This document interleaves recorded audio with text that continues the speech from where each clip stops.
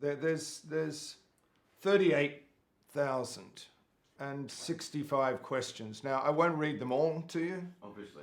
But I can just flick through and grab some, right, as they come.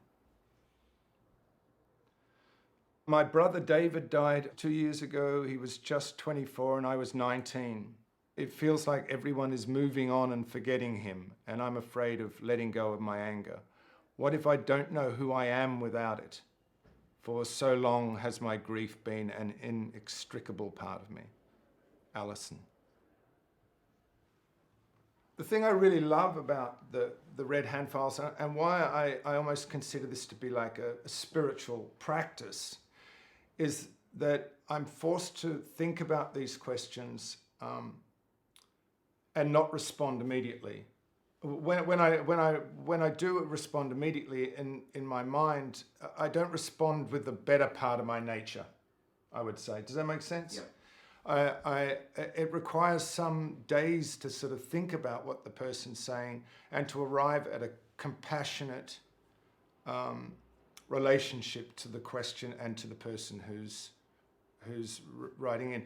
That actually doesn't come naturally to me. And so the Red Hand Files literally keep me at the better end of my nature. Billy from Scotland. My wife has thrown me out. I've lost my job all within a week. Suicidal thoughts in abundance.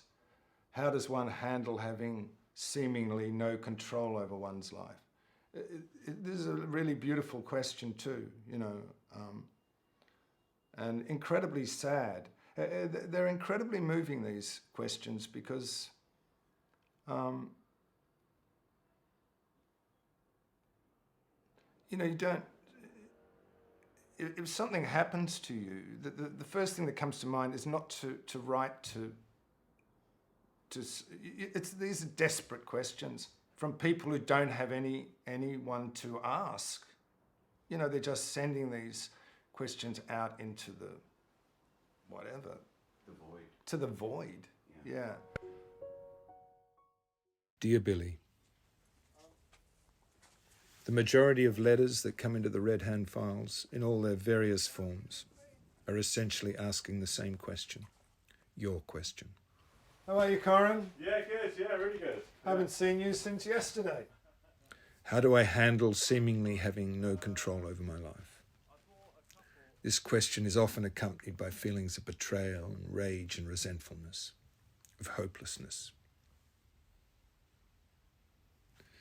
The truth is, we all live our lives dangerously, in a state of jeopardy, at the edge of calamity.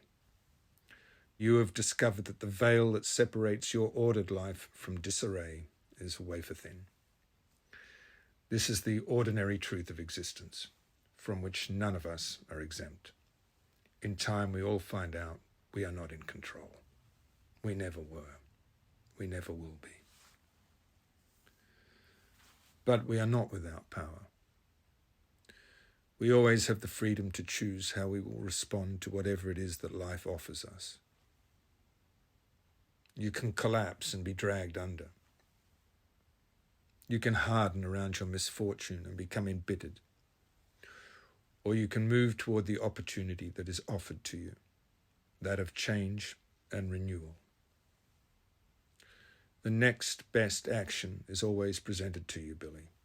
Look for it and move toward it. This is the great act of insubordination toward the vagaries of life, afforded to us all. Love, Nick.